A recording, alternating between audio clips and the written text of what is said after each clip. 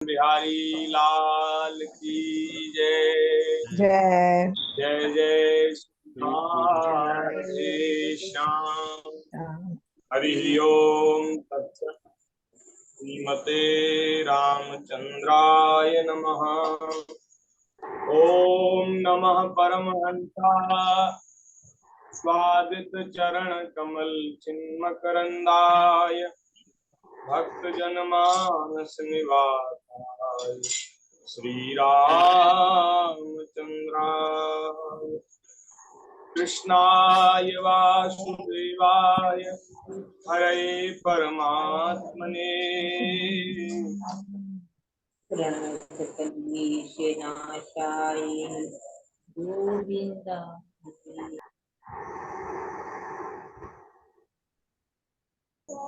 नरं चैव नरोत्तमं देवीं सरस्वतीं व्यासं ततो जयमुदीरये। यं प्रव्रजन्तमनुपेतमपेतकृत्यं द्वैपायनो विरह कातराजुहाव पुत्रेति तन्मयतया तर्वो विनेदुस्तं सर्वभूतहृदयं मुनिमानतोऽस्मि। सीतानाथ समारम्भां श्रीरामानन्दार्यमध्यमाम् अस्मदाचार्यपर्यन्तां वन्दे गुरुपरम्पराम्। गुरुर्ब्रह्मा गुरुर्विष्णुः गुरुर्देव महेश्वरः गुरुर्साक्षात् परब्रह्म तस्मै श्री गुरुवे नमः। प्रहलाद नारद पराशर पुंडरीक व्यासाम्बरीश शुक शौनक भीष्म दाल्भ्यान् रुक्मान् गदार्जुन वशिष्ठ विभीषणादि पुण्यानिमान् परम भागवतान् नमामि। चार जुवन में भक्त जे तिनके पद की धूरी सर्व सुसिर धर राखियों मेरी जीवन भूमि। भक्त भक्ति भगवंत गुरु चतुर नाम बपु एक इनके पद बंदन किए नाशे विघ्न अनेक।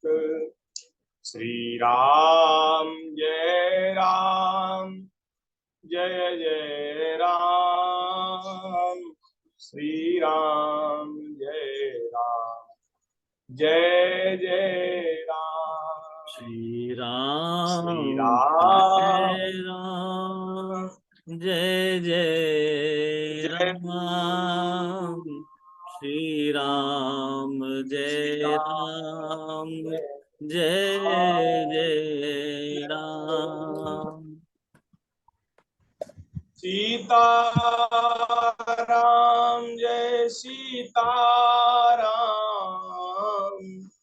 सीताराम जय सीताराम सीताराम जय सीताराम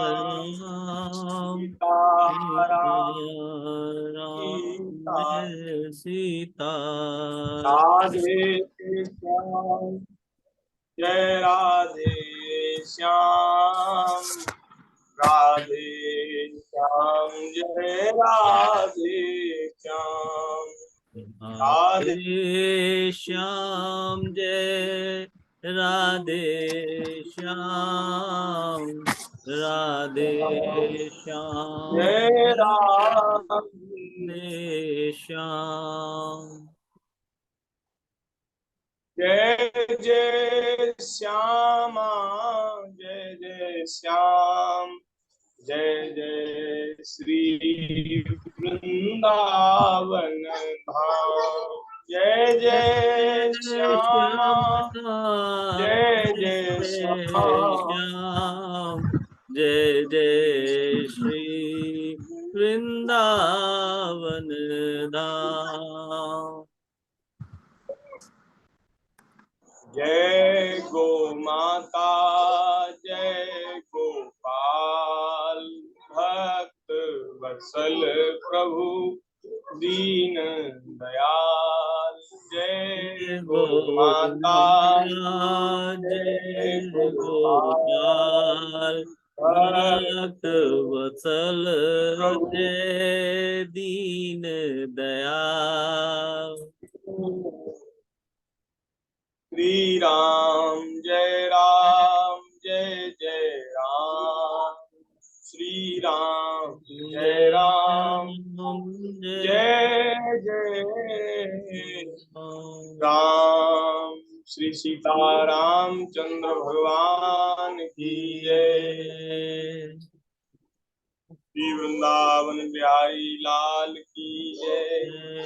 श्री राधा वल्लभ लाल की जय। बांके बिहारी लाल की जय। श्रीमद् भागवत महापुराण की जय। श्री सुखदेव जी महाराज की जय। भगवान वेद व्यास जी महाराज की जय। श्री सद्गुरुदेव भगवान की जय। सब संत हरि भक्तन की जय। 84 कोट ब्रजमंडल धाम की जय। गौ माता की जय।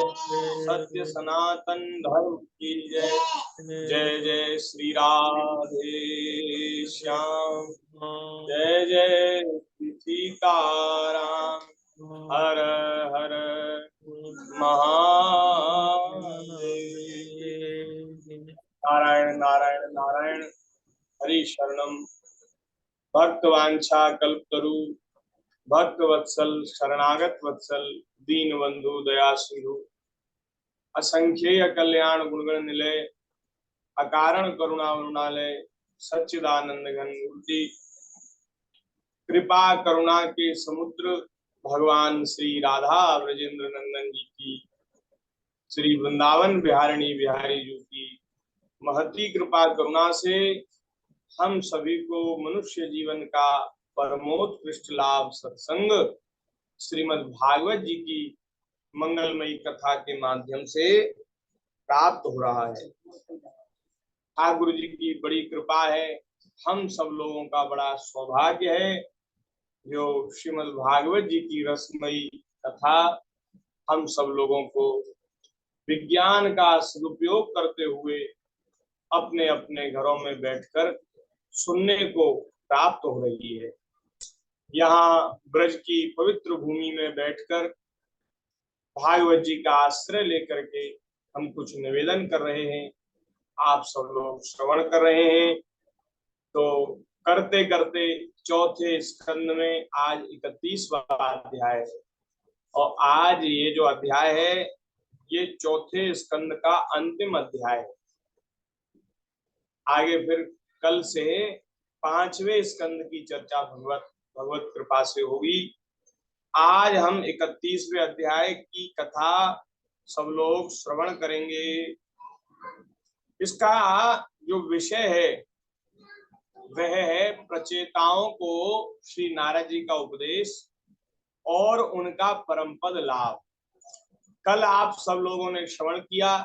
प्रचेताओं ने बड़ी कठोर तपस्या की। भगवान उनके ऊपर प्रसन्न हुए। भगवान ने उनको वरदान दिया। बहुत ठाकुर जी राजी हुए। तमाम तरह के उनको वरदान भगवान ने दिए और कुछ मांगने के लिए भी कहा कि वरदान मांगो। अपनी ओर से तो दिया ही, कुछ मांगने के लिए भी कहा। ऐसे भगवान दयालु हैं, कृपालु हैं, देने में कोई कसर नहीं छोड़ते। खूब दिया। उन्होंने महाराज कहा, प्रचेताओं ने कहा कि प्रभु आपने सब कुछ दे दिया और सबसे बड़ी बात है कि आप हमारे ऊपर प्रसन्न हैं। इस आपकी प्रसन्नता से बढ़कर और क्या हम आपसे मांगे और क्या मांगने को शेष रह गया है। जो जगन नियंता हैं, जगन्नाथ हैं, जगत के स्वामी हैं, वे हमारे ऊपर रीझ गए हैं, प्रसन्न हो गए। अब उनसे क्या मांगना बाकी रह गया। लेकिन फिर भी आप यदि मांगने के लिए कहते हैं तो हम यही मांगते हैं महाराज, हमारा भले ही हमारे कर्मों के द्वारा माया में माया में भ्रमित होने के कारण हम लोगों को बार बार भले ही जन्म लेना पड़े, लेकिन आपके प्रेमी भक्तों का संग हमें सदैव जीवन में मिलता रहे। आपके संतों का, भक्तों का संग और आपके चरणों की भक्ति ये हमें प्राप्त हो। यत्र कुत्रापि मम जन्म निज कर्म वश भ्रमत जग जोनि संकट अनेकम तत्र त्वद भक्ति सज्जन समागम सदा भवतु मे राम विश्राम में कम। कहाँ हमें आपके चरणों की भक्ति और आपके प्रेमी भक्तों का संग मिले। ये वरदान मांगा, भगवान की आज्ञा से वे सब अपने नगर में आए और वहां अपने पिता के द्वारा छोड़ा हुआ राज्य उन्होंने स्वीकार किया। बहुत लंबे काल तक वे शासन करते रहे, संसार के सब विषयों का उपभोग किया। अंत में महाराज प्रचेताओं को विवेक हुआ, तब उन्हें बड़ा वैराग्य हुआ। बहुत दिन बीत जाने के बाद उन्हें वैराग्य हुआ और सारा साम्राज्य पृथ्वी का तिनके के समान छोड़कर, अपनी पत्नी को अपने पुत्र के पास छोड़कर, उनके पुत्र थे दक्ष प्रजापति, अपनी पत्नी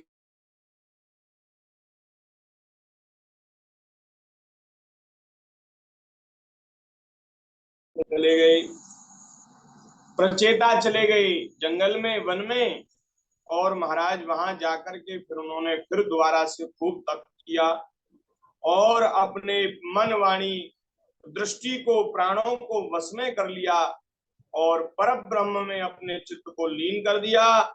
महाराज ऐसी स्थिति में उन्हें देवता और असुर दोनों के ही वंदनीय श्री नारद जी का दर्शन हुआ। श्री नारद जी महाराज कृपा करके पधारे। बोलिए श्री नारद जी महाराज की जय। महाराज इनके पिता राजा प्राचीन बरही को भी राजा श्री नारद जी ने उपदेश दिया और उनको भगवत धाम की प्राप्ति हुई। और नारद जी कृपा करके प्रचेताओं के पास भी आए। नारद जी को देख करके प्रचेतागण खड़े हो गए, प्रणाम करके आदर सत्कार पूर्वक उनकी पूजा की। जब नारद जी सुख पूर्वक बैठ गए तब वे कहने लगे, प्रचेताओं ने कहा, स्वागतम ते सुरर्षेभ्यः दिष्टयानो दर्शनम गताः तव चक्रमणं ब्रह्मन् भयाय रवे। हे देवर्षि नारद जी, आपका स्वागत है, आप भले पधारे, हम आपका स्वागत करते हैं। हम लोगों का बड़ा भाग्य है जो हमें आपका दर्शन हुआ, बड़े भाग से आप लोगों का दर्शन हुआ। बड़े भाग ते संत पधारे उठ कर करूं प्रणाम। बड़े भाग ते संत पधारे उठ कर करूं प्रणाम। जब कोई भगवान के प्रेमी भक्त मिल जाए, संत मिल जाए, बड़े भाग्य समझना चाहिए। लेकिन हम एक निवेदन करना चाहते हैं।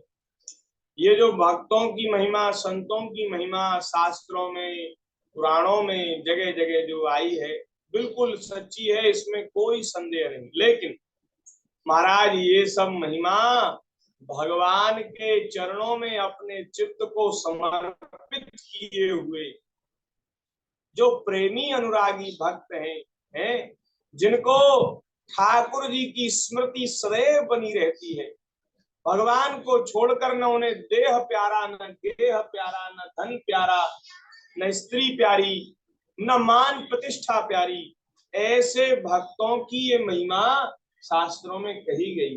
हम लोग देखो, होता क्या है कि संतों की भक्तों की महिमा हम लोग सुनाते हैं, कथा कहने वाले।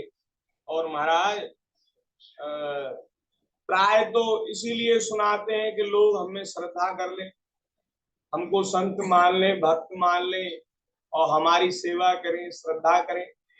लेकिन अगर किसी के मन में ऐसा भाव भी न हो तो लोग उसको संत मानकर उसकी सेवा करने लग जाते हैं।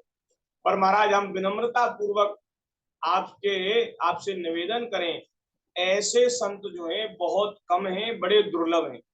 इसलिए सब में श्रद्धा मत करो। हाँ, हम आपसे बिल्कुल स्पष्ट शब्दों में कह रहे हैं कि जो संतों के गुण और जो संतों की महिमा शास्त्रों में वर्णन की गई है, ऐसे संत बहुत कम हैं, गिने चुने हैं। संतों का भेष बनाकर घूमने वाले तो बहुत हैं, लेकिन अच्छे महात्मा जिनके रोम रोम में श्री ठाकुर जी बस गए हैं, ऐसे महात्मा कहाँ, बहुत कम है। पाछे पाछे हरि फिरे हैं, ऐसे महात्मा तो बहुत कम है। इसलिए हम निवेदन ये करना चाहते हैं कि भैया सबको संत मानकर सब में श्रद्धा नहीं करनी है। कहीं ऐसा ना हो कि हम लोग श्रद्धा कर लें और फिर महाराज वो हाँ वो ठग ले, हमको उसमें विश्वास में लेकर और भरोसे में लेकर हम हमारा वो कर ले, ठग ले, हमको हमारा शोषण कर ले, ऐसा ना हो। इसलिए संतों की महिमा को हृदय में धारण करके, और महाराज जो जो संत हो चुके हैं, जिन्होंने भगवान को प्राप्त कर लिया है, ऐसे संतों में प्रेम करना चाहिए, श्रद्धा करनी चाहिए और उनको ही अपना आदर्श मानना चाहिए। हम जैसे लोगों को आदर्श मानने की आवश्यकता नहीं। हम तो अभी चलना सीख रहे हैं, भक्ति मार्ग पर चलना सीख रहे हैं। भक्ति मार्ग पर जब चल जाएंगे और फिर महाराज चलते चलते जब अंत में हमें भगवत दर्शन हो जाएगा, भगवत उपलब्धि हो जाएगी, तब हाँ समझना चाहिए कि भाई अब ये शुद्ध हो गए, अब इनकी सेवा से कुछ लाभ है।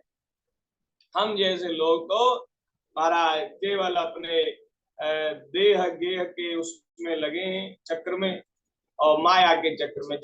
आप तो फिर भी अच्छे हैं, जैसे आप हैं वैसे ही हम हैं। आप लोग तो फिर भी अच्छे हैं, इतने भाव से प्रेम से कथा सुनते हैं और सेवा भी करते हैं। तो महाराज हम हमारा भाव ये है कि जो भक्त हो चुके हैं उनमें श्रद्धा की जाए।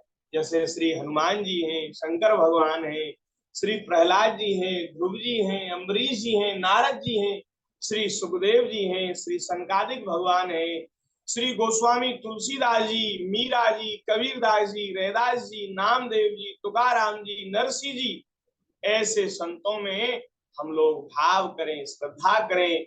और भैया किसी के सौभाग्य से प्रकट किसी को संत मिल जाएं, प्रकट जिनको जिनको केवल एक श्री ठाकुर जी से ही काम है और किसी से न लेना न देना, मगन रहना, ऐसे भक्त कोई मिल जाए तो भैया अपना बड़ा भाग्य समझो, भाग्य समझो अपना कि हमें कोई संत मिल गए। नहीं तो भैया संतों का मिलना बड़ा कठिन है।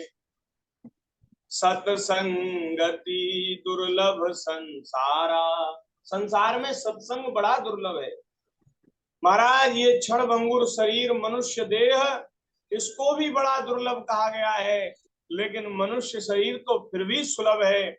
मनुष्य शरीर प्राप्त करके इस शरीर से सत्संग करना ये दुर्लभ है। दुर्लभम मानुषो देहि देहिनां क्षण भंगुर तत्रापि दुर्लभम मन्ये वैकुंठ प्रिय दर्शनम। इस मनुष्य शरीर को प्राप्त करना तो फिर भी सहज है, भगवान की दया से मिल गया, लेकिन इस शरीर से संतों का संग करना ये बहुत दुर्लभ है। कितने लोग हैं जिनको अच्छे संत मिले हुए हैं, मिले हैं, मिल चुके हैं अथवा मिलेंगे। कितने लोग, बहुत कम लोग हैं। सबका ऐसा सौभाग्य नहीं होता। महाराज महाराज अगर भाग्य से ऐसे संत मिल जाएं तो आनंद में फूल जाओ। आहा, ऐसे आनंद में डूब जाओ, मगन हो जाओ कि भैया आज हमसे ज्यादा सौभाग्यशाली कोई नहीं, कोई नहीं। बड़े भाग ते संत पधारे, उठ कर करूं प्रणाम। सेवा करूं भाग्य मेरे जागे, मेरे भाग्य जग गए। सेवा करूं भाग्य मेरे जागे, घर ही में आए चारों धाम। घर ही में आए चारों धाम।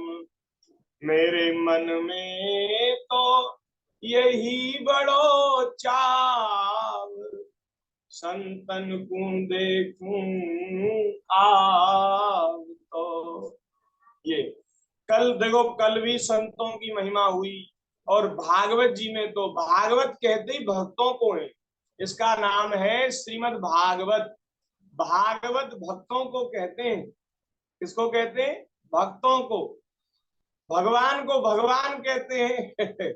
अरे इसका नाम, भागवत जी का नाम होता श्री कृष्ण चरित्र, श्री कृष्ण कथा। तो कहते हैं कि भाई भगवान की कथा है, लेकिन इसका नाम है श्रीमद् भागवत कथा। भागवत माने होता है भक्त, भगवान के जो हो चुके हैं वे भक्त। ये तो भक्तों की कथा है, तो इसमें तो जगह जगह पर भक्तों की महिमा का वर्णन है।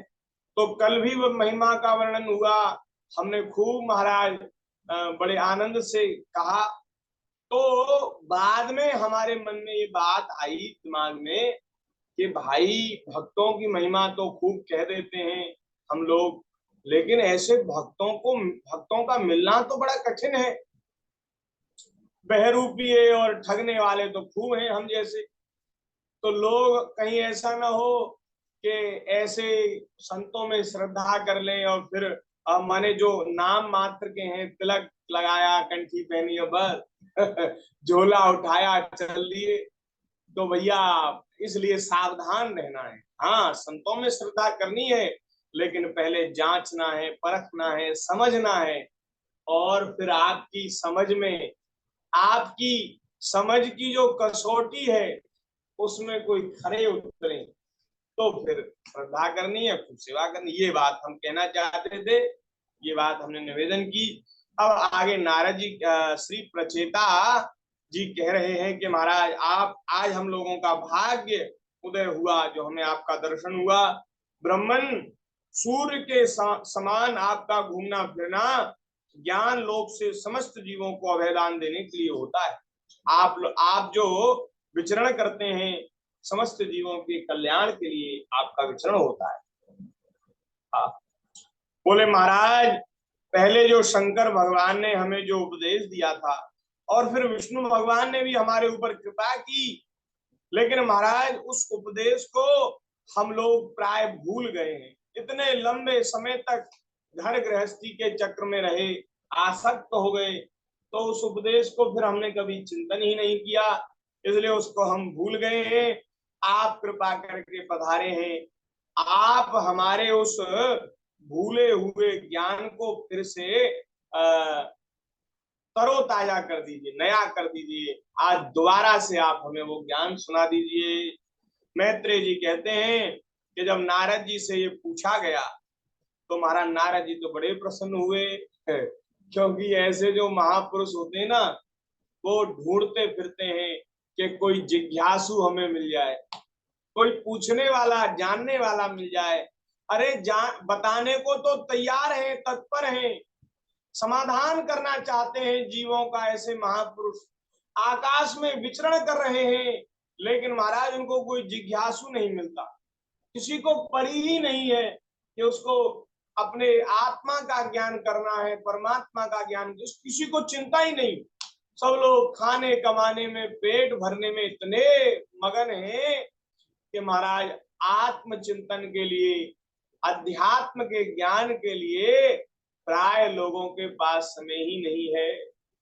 महापुरुष तो कृपा कर रहे हैं, कृपा करना चाहते हैं।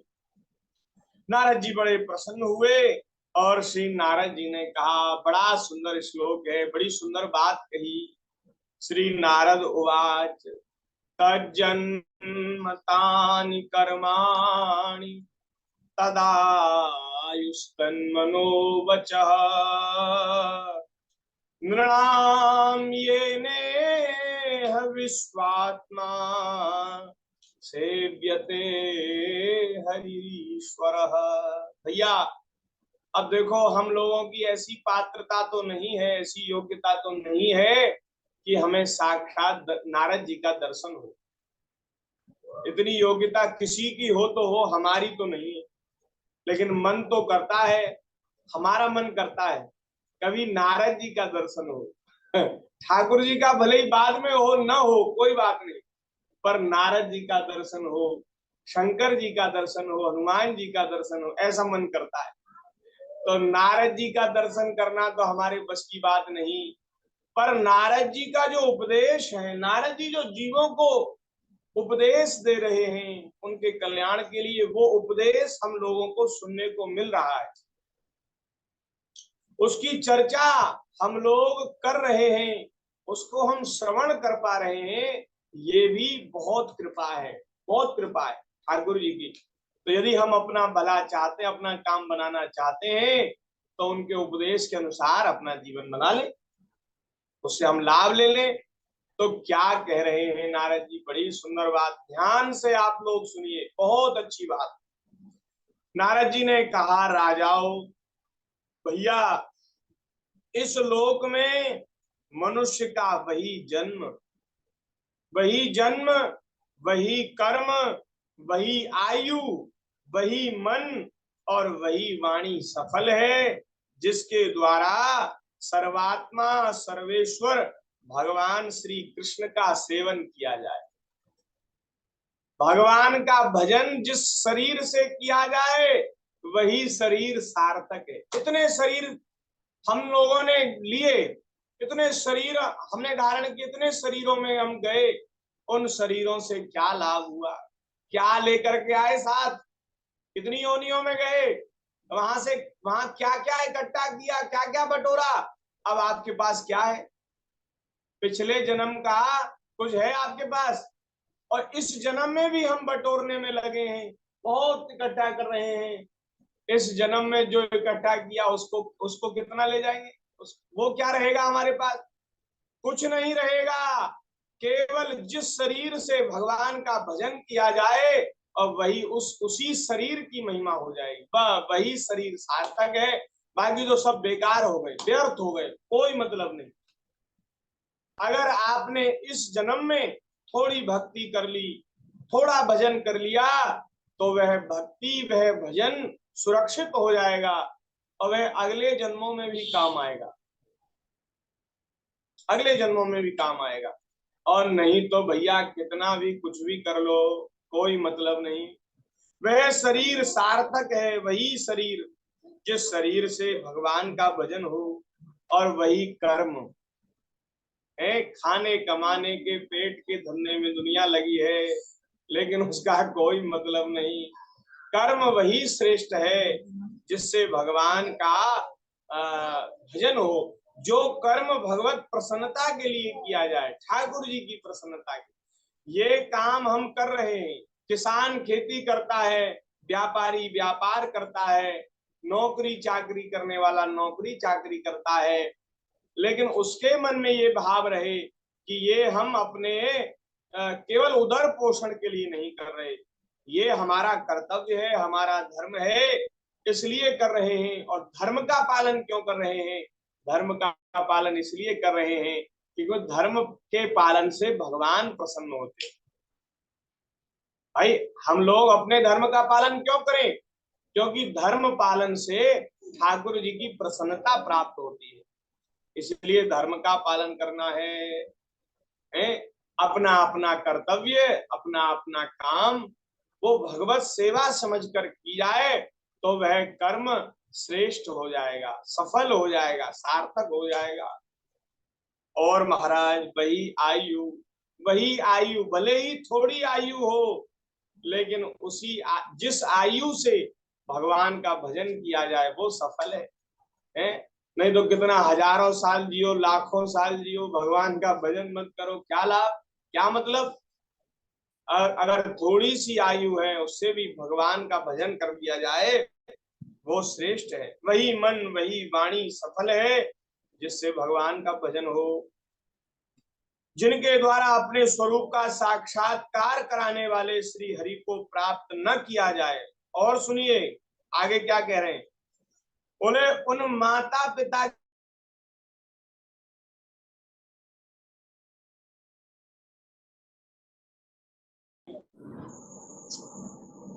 माता पिता बहुत अच्छे मिले, बहुत अच्छे कुल खानदान में जन्म हुआ, लेकिन भजन नहीं किया तो क्या लाभ, क्या मतलब रहा? आप ब्राह्मण शरीर हैं, इतने बढ़िया माता पिता मिले, अच्छे आचरण वाले, अच्छे पवित्र जीवन वाले, लेकिन आपने भजन नहीं किया, क्या लाभ है, क्या मतलब है?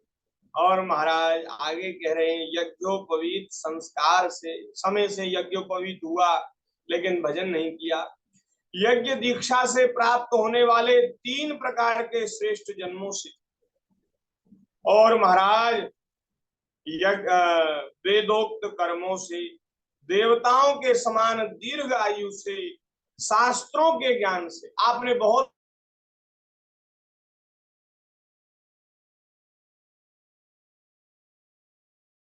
है, आपने बहुत शास्त्रों को पढ़ा और महाराज खूब ज्ञान अर्जित किया, खूब आप शास्त्रों में पारंगत हो गए, लेकिन भजन नहीं किया तो क्या लाभ है? शास्त्रों को भी पलटा, इधर उधर पन्ने पलटे, उसका भी कोई लाभ नहीं हुआ।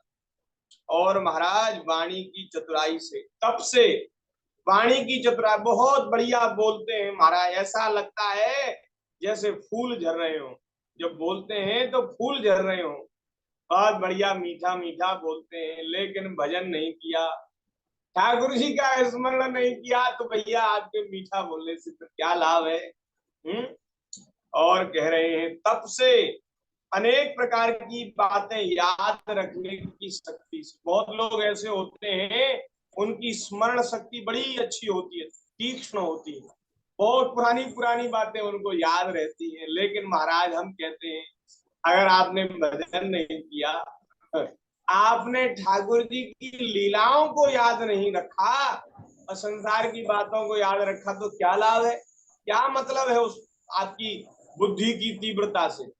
बहुत अच्छी बुद्धि भगवान की दया से मिली, लेकिन कोई लाभ नहीं हुआ। बल से, तीव्र बुद्धि से, इंद्रियों की पटुता से, योग से, सांख्य से, संन्यास से, वेदाध्ययन से, और महाराज व्रत से, वैराग्य आदि से, अन्य कल्याण के साधनों से भी पुरुष को क्या लाभ हुआ यदि भगवान का भजन नहीं किया? क्यों?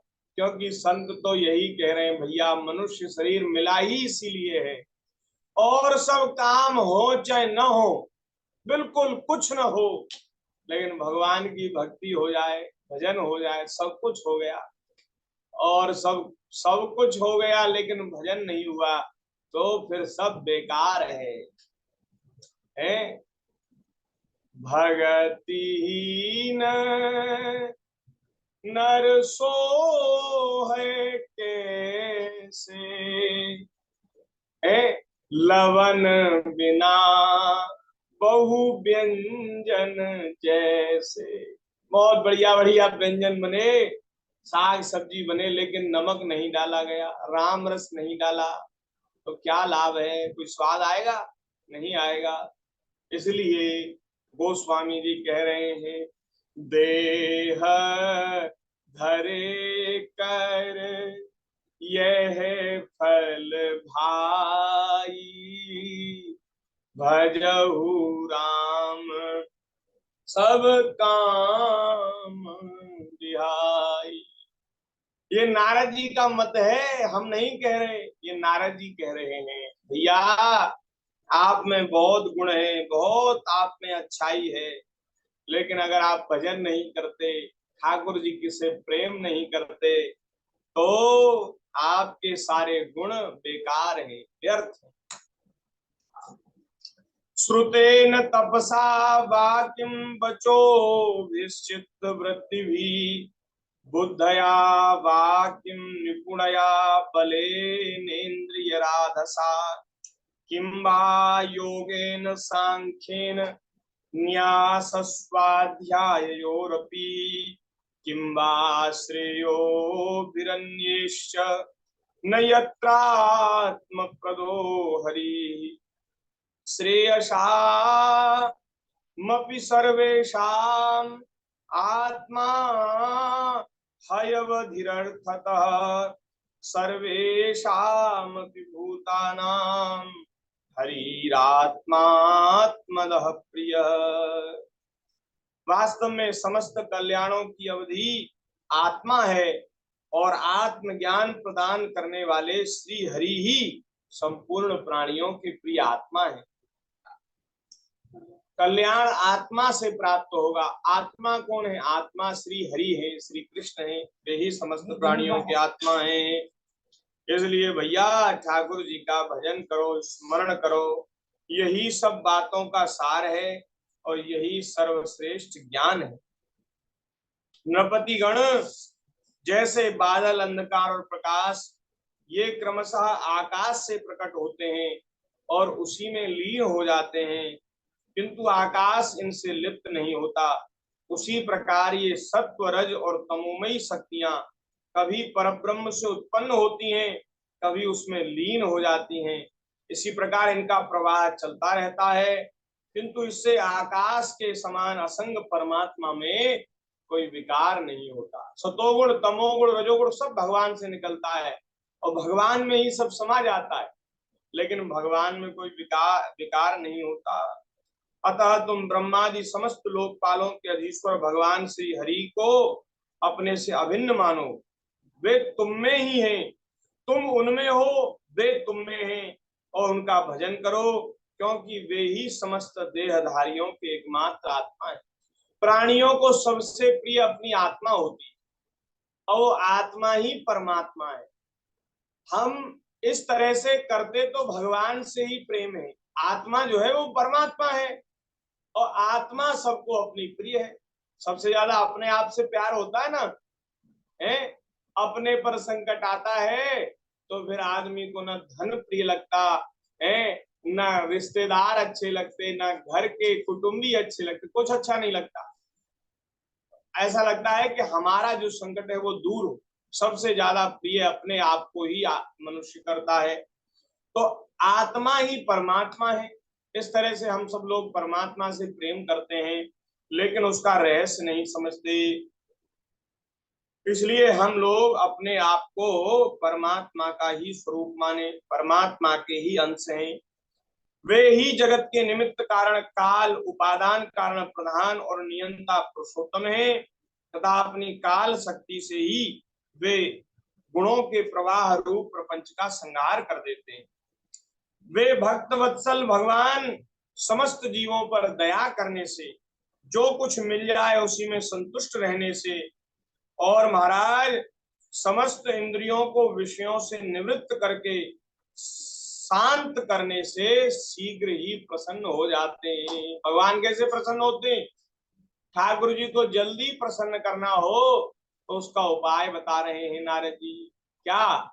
समस्त प्राणियों पे दया की जाए और जो कुछ मिल जाए उसी में संतुष्ट हो जाए। जो मिल जाए उसी में संतुष्ट हो जाए जीव, और सभी प्राणियों पर दया की जाए। दो साधन। और तीसरा साधन है इंद्रियों को विषयों से निवृत्त करके शांत कर दे, ज्यादा विषय भोगों की ओर न भागे। तो तीन साधन यदि कोई करे उसके ऊपर भगवान बड़ी जल्दी प्रसन्न हो जाएंगे। दयया सर्वभूतेषु संतुष्टया येन केन वा सर्वेन्द्रियो शांत्या च तुष्यत्यासु जनार्दनः। देखो, ये जो इंद्रियों की विषयों की ओर दौड़ है, विषय भोग चाहती है ना इंद्रियां, ये जीव को, आत्मा को बहिर्मुख बना देती। ये महाराज विषयों का, इंद्रियों का, विषयों का ये जो भोग है, ये आत्मा को एकदम मोहित कर देता है और आत्मा फिर इसमें उलझ जाती है, जीव इसमें उलझ जाता है और परमात्मा से दूर हो जाता है। इसलिए इन विषय भोगों से अपने आप को बचाना चाहिए। पुत्र की इच्छा आदि सब प्रकार की जो वासनाएं हैं, उनके निकल जाने से जिनका अंतःकरण शुद्ध हो गया है। अंतःकरण शुद्ध कब होता है? जब हृदय में से सब वासनाएं निकल जाती, तब अंतःकरण शुद्ध होता है। उन संतों के हृदय में उनके निरंतर बढ़ते हुए चिंतन से खिंचकर अविनाशी श्री हरि आ जाते हैं और अपनी भक्ताधीनता को चरितार्थ करते हुए हृदयाकाश की भांति वहां से हटते नहीं। भगवान अपने भक्तों के अधीन है ना, तो ठाकुर जी हृदय में बंध जाते हैं। किसके हृदय में बंधते हैं? जिसके हृदय में कोई और चाह नहीं है। जाकू कबहु न चाहिए कछु, तुम सन सहज स्नेह। जेहि कहाँ कछु न चाहिए, तुम सन सहज स्नेह। बसौ निरंतर तासुर, सोराउर निज गेह। भगवान उसके हृदय में निवास करते हैं महाराज, और बंध जाते हैं हृदय में। इसलिए भैया मन में केवल ठाकुर जी को प्राप्त करने की इच्छा रखनी चाहिए, और जो इच्छाएं हैं वे फिर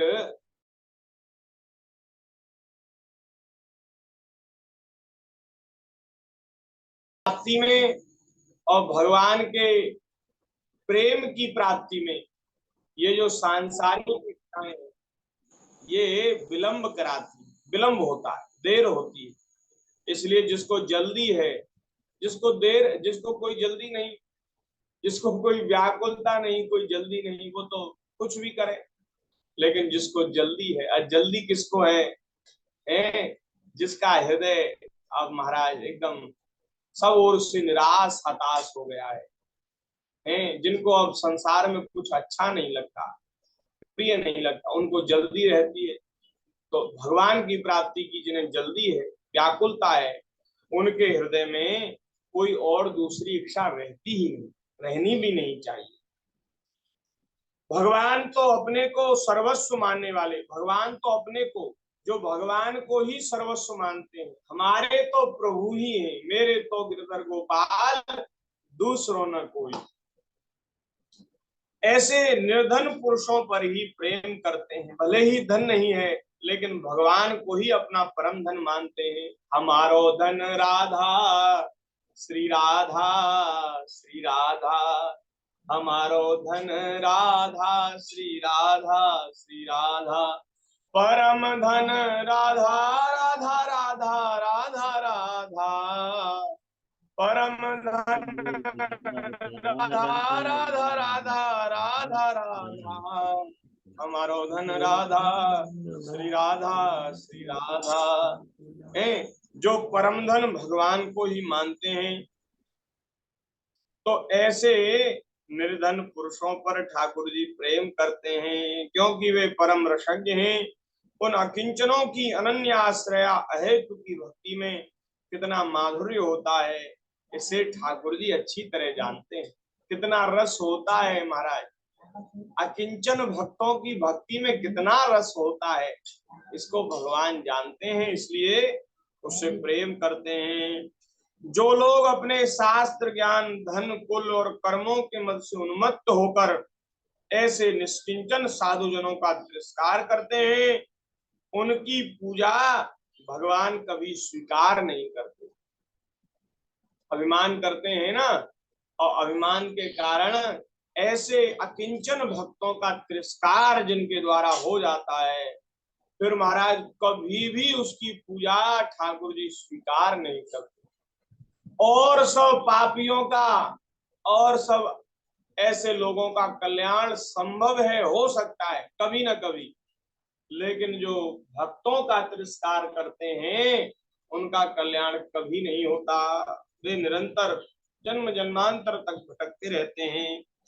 भगवान स्वरूपानंद से ही परिपूर्ण है। उन्हें निरंतर अपनी सेवा में रहने वाली लक्ष्मी तथा और किसी देवता की भी कोई परवाह नहीं। इतने पर भी, हाँ, लक्ष्मी जी की कोई परवाह नहीं, देवताओं की भी कोई चाह नहीं, इतने पर भी वे अपने भक्तों के अधीन हो जाते। क्या ठाकुर जी के हमारे प्रभु कितने भक्त वत्सल, भक्तों के अधीन हो जाते हैं। अहो, नारद जी भी कह रहे हैं अहो। अहो माने आहा, माने आनंद में डूब गए। आहा, ये नारद जी कह रहे आहा, ऐसे करुणा सागर श्री हरि को कोई भी कृतज्ञ पुरुष जो उपकार को मानने वाला है वो थोड़ी देर के लिए भी कैसे भूल सकता है। हम लोग कृतज्ञ नहीं है, हम लोग अकृतज्ञ हैं, हम उपकार को नहीं मानते। इतने कृपा सिंधु, इतने दया सिंधु भगवान, जिन्होंने असंख्यों करोड़ों उपकार हमारे ऊपर किए हैं, कर रहे हैं, निरंतर कृपा बरसा रहे हैं, उन प्रभु को हम भूले फिरते हैं, उनको उनको हम भूल जाते हैं। महाराज ये सबसे बड़ा दोष है। कोई भी महाराज कृतज्ञ पुरुष उनको कैसे भूल सकता है। श्री नारद जी ने कहा भैया, यदि तुम ठाकुर जी का निरंतर स्मरण करना चाहते हो तो उनके किए हुए उपकारों को याद करो। उनकी कृपा करुणा दया कैसी हम सब लोगों के ऊपर है, कैसी कृपा है।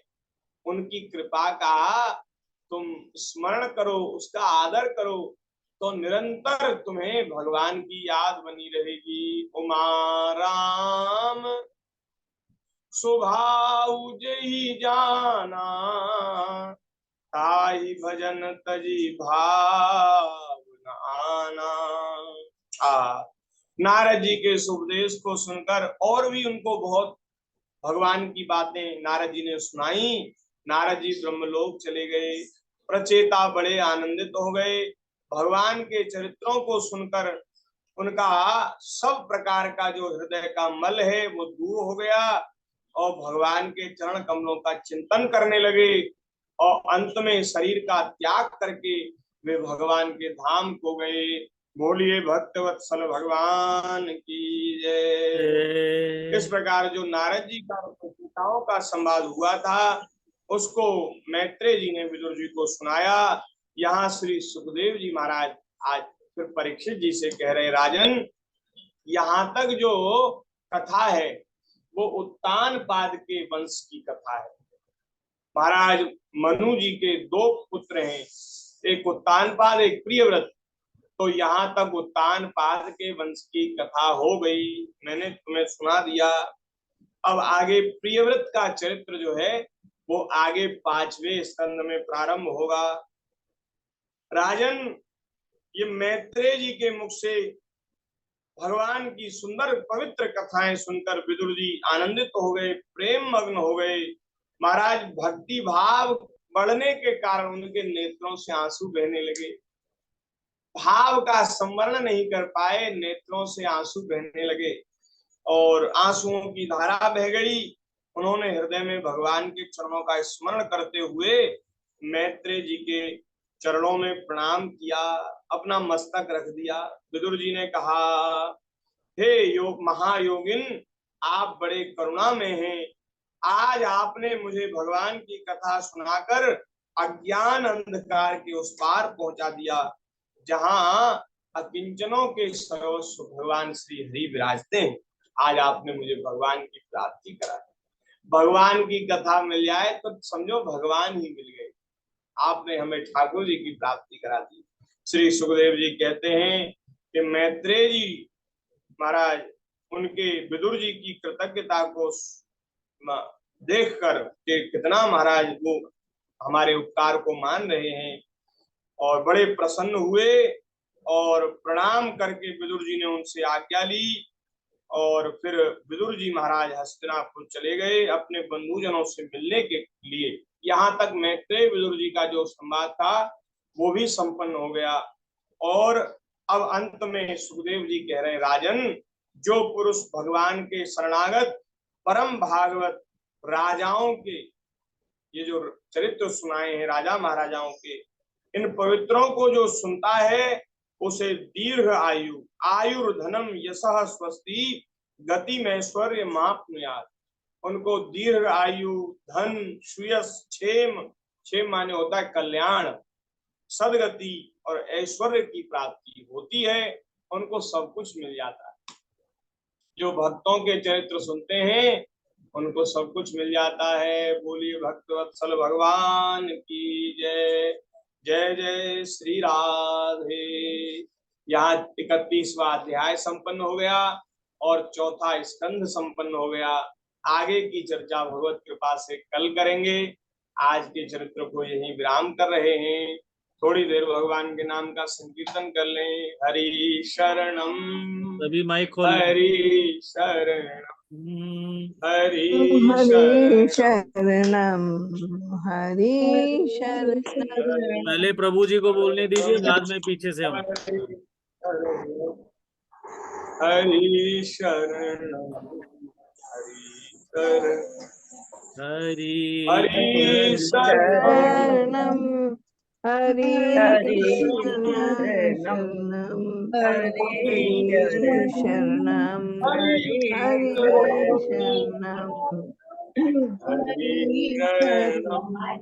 हरि शरणम,